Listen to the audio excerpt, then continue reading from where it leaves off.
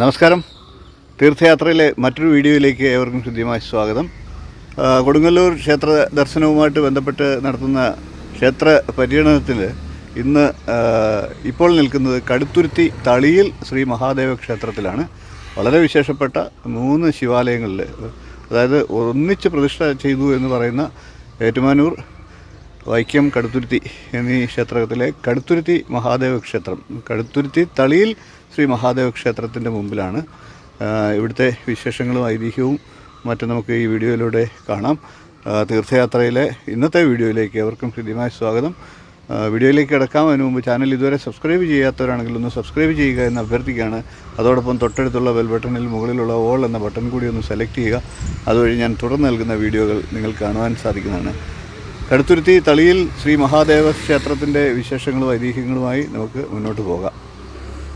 കടുത്തുരുത്തി തളി മഹാദേവ ക്ഷേത്രം കേരളത്തിലെ കടുത്തുരുത്തി ഗ്രാമത്തിൽ സ്ഥിതി ചെയ്യുന്ന പുരാതന ക്ഷേത്രമാണ് കടുത്തുരുത്തി തളി മഹാദേവ ക്ഷേത്രം. പരശുരാമനാൽ പ്രതിഷ്ഠിക്കപ്പെട്ടു എന്ന് ഐതിഹ്യമുള്ള ക്ഷേത്രത്തിലെ മുഖ്യ പ്രതിഷ്ഠയായിട്ടുള്ള ശിവനെ കടുത്തുരുത്തി ഗ്രാമത്തിന്റെ ദേശനാഥനായി കരുതിപ്പോരുന്നു. ഖരമഹർഷിയാൽ പ്രതിഷ്ഠിക്കപ്പെട്ട 3 ശിവലിംഗങ്ങളിൽ രണ്ടാമത്തേതാണ് കടുത്തുരുത്തിയിലെ വിഗ്രഹം. പുരാതന കേരളത്തിലെ 108 ശിവക്ഷേത്രങ്ങളിൽ പറയുന്ന 4 തളിക്ഷേത്രങ്ങളിൽ ഒരു തളിക്ഷേത്രമാണ് ഈ കടുത്തുരുത്തി മഹാദേവ ക്ഷേത്രം. കിഴക്കോട്ട് ദർശനം നൽകി ശാന്തരൂപത്തിൽ വാഴുന്ന ശിവനാണ് ഇവിടുത്തെ മുഖ്യ പ്രതിഷ്ഠ. പാർവതീദേവി ശിവനോടൊപ്പം നിത്യ സാന്നിധ്യം കൊള്ളുന്നു എന്നതാണ് ഇവിടുത്തെ സങ്കല്പം. ഉപദേവതകളായി ഗണപതി, അയ്യപ്പൻ, ഭദ്രകാളി, വൈക്കത്തപ്പൻ, ഏറ്റുമാനൂരപ്പൻ, നാഗദൈവങ്ങൾ, ബ്രഹ്മരക്ഷസ് എന്നിവർക്കും ക്ഷേത്രത്തിൽ പ്രത്യേകം പ്രതിഷ്ഠകളുണ്ട്. ധനുമാസത്തിലെ തിരുവാതിര നാളിൽ ആറാട്ട് വരത്തക്ക വിധം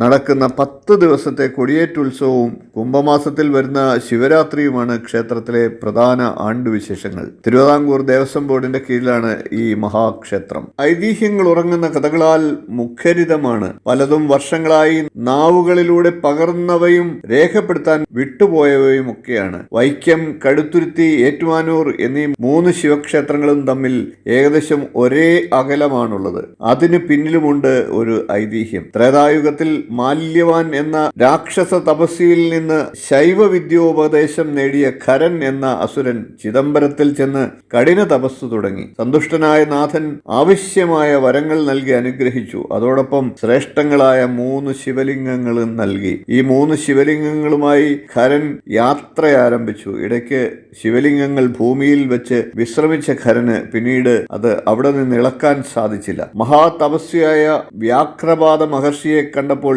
ശിവലിംഗങ്ങൾ അദ്ദേഹത്തെ ഏൽപ്പിച്ച് ഖരൻ മോക്ഷം നേടിയതായിട്ടാണ് പറയുന്നത്. അന്ന് വലത് കൈകൊണ്ട് വെച്ച ശിവലിംഗമാണ് ഇന്ന് വൈക്കം ക്ഷേത്രത്തിലെ പ്രതിഷ്ഠ. കഴുത്തിൽ ഇറുക്കി വെച്ചിരിക്കുന്നത് കടുത്തുരുത്തിയിലേതും. കടിച്ചിരുത്തി എന്ന പദവും ചില ഗ്രന്ഥങ്ങളിലൊക്കെ പറയുന്നുണ്ട്. ഇടത് കൈയിലേത് ഏറ്റുമാനൂരിലും ഇന്ന് പൂജിച്ച് ആരാധിക്കുന്നു. ഈ 3 ക്ഷേത്രങ്ങളിലും അതുകൊണ്ട് തന്നെ ഒരേ ദിവസം ദർശനം നടത്തിയാൽ കൈലാസത്തിൽ പോയി ശിവദർശനം നടത്തിയതിന് തുല്യമാണ് എന്നാണ് വിശ്വാസം. നൂറ്റാണ്ടുകളുടെ ചരിത്രമുള്ള കടുത്തുരുത്തി ഗ്രാമത്തെക്കുറിച്ചും അവിടുത്തെ ദേശനാഥനെക്കുറിച്ചും പല പുരാണ ഇതിഹാസങ്ങളിലും പരാമർശിച്ചു കാണുന്നുണ്ട്. 14-ാം നൂറ്റാണ്ടിന്റെ ഉത്തരാർദ്ധത്തിൽ രചിക്കപ്പെട്ട ഉണ്ണുനീലി സന്ദേശത്തിലെ നായിക ഉണ്ണുനീലി ജീവിച്ചിരുന്ന വീരമാണിക്യ തറവാട് കടുത്തുരുത്തിയിലാണ് സ്ഥിതി ചെയ്തിരുന്നത്. ഉണ്ണുനീലി സന്ദേശത്തിൽ പല മഹാക്ഷേത്രങ്ങളെക്കുറിച്ചും പ്രതിപാദിക്കുന്നുണ്ട്. അതിൽ അവസാന ഭാഗത്ത് പ്രതിപാദിക്കുന്ന ക്ഷേത്രം ഇവിടുത്തെ തളി ശിവക്ഷേത്രമാണ്. കടുത്തുരുത്തി ഗ്രാമത്തിന്റെ ഹൃദയഭാഗത്താണ് ക്ഷേത്രം സ്ഥിതി ചെയ്യുന്നത്. കിഴക്കോട്ടാണ് ക്ഷേത്രത്തിന്റെ ദർശനം. എന്നാൽ ഭക്തർക്ക് വരാൻ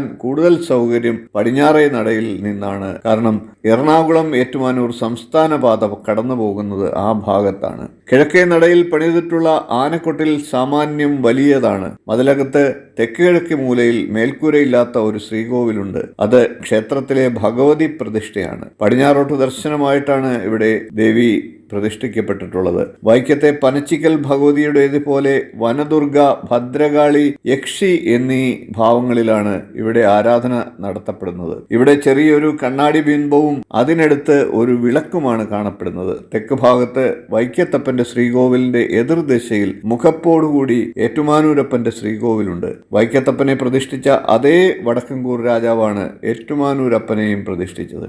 ഏകദേശം 3.5 അടി ഉയരം വരുന്ന ശിവലിംഗമാണ് ഇവിടെ. പടിഞ്ഞാറോട്ട് ദർശനമാണ്. ഏറ്റുമാനൂരപ്പന്റെ ശ്രീകോവിലിന് അഭിമുഖമായി മറ്റൊരു ശ്രീകോവിലിൽ അയ്യപ്പന്റെ പ്രതിഷ്ഠയുമുണ്ട്. 2 നിലകളോടുകൂടിയ വലിയ ചതുര ശ്രീകോവിലാണ് കടുത്തുരുത്തിയിലേത്. കരിങ്കല്ലിൽ തീർത്ത ശ്രീകോവിലിന് ഏകദേശം 100 അടി ഉയരം വരും. അതിന്റെ മേൽക്കൂര ചെമ്പു മേഞ്ഞിട്ടുമുണ്ട്. മുകളിൽ സ്വർണ്ണ താഴികക്കുടം ശോഭിച്ചു നിൽക്കുന്നു. ശ്രീകോവിലിനകത്ത് 3 മുറികളുണ്ട്. അവയിൽ പടിഞ്ഞാറേ അറ്റത്തുള്ളതാണ് വിഗ്രഹം പ്രതിഷ്ഠിച്ച ഗർഭഗൃഹം. 3 അടിയോളം ഉയരമുള്ള ശിവലിംഗം കിഴക്കോട്ട് ദർശനമായി പ്രതിഷ്ഠിക്കപ്പെട്ടിരിക്കുന്നു. 3 അമ്പലങ്ങളിലെ ഏറ്റവും ചെറിയ ശിവലിംഗമാണ് ഇവിടെയുള്ളത്. ശിവന് പ്രിയപ്പെട്ട കൂവളമാല, തുമ്പപ്പൂമാല, രുദ്രാക്ഷമാല എന്നിവ കൊണ്ട് ശിവലിംഗത്തിന്റെ 3/4 ഭാഗവും മറഞ്ഞിട്ടുണ്ടാകും. വിശ്വപ്രകൃതിയുടെ മൂലതേജസ്സിനെ മുഴുവൻ ആവാഹിച്ചുകൊണ്ട് ശ്രീ കടുത്തുരുത്തിയിലപ്പൻ ശിവലിംഗമായി ഇവിടെ കുടികൊള്ളുന്നു. വൈക്കം, ഏറ്റുമാനൂർ ക്ഷേത്രങ്ങളിലെ ശ്രീകോവിലുകളിൽ നിന്ന് വ്യത്യസ്തമായ ആകൃതി ഇവിടെ പുലർത്തുന്നു എന്നതിനൊപ്പം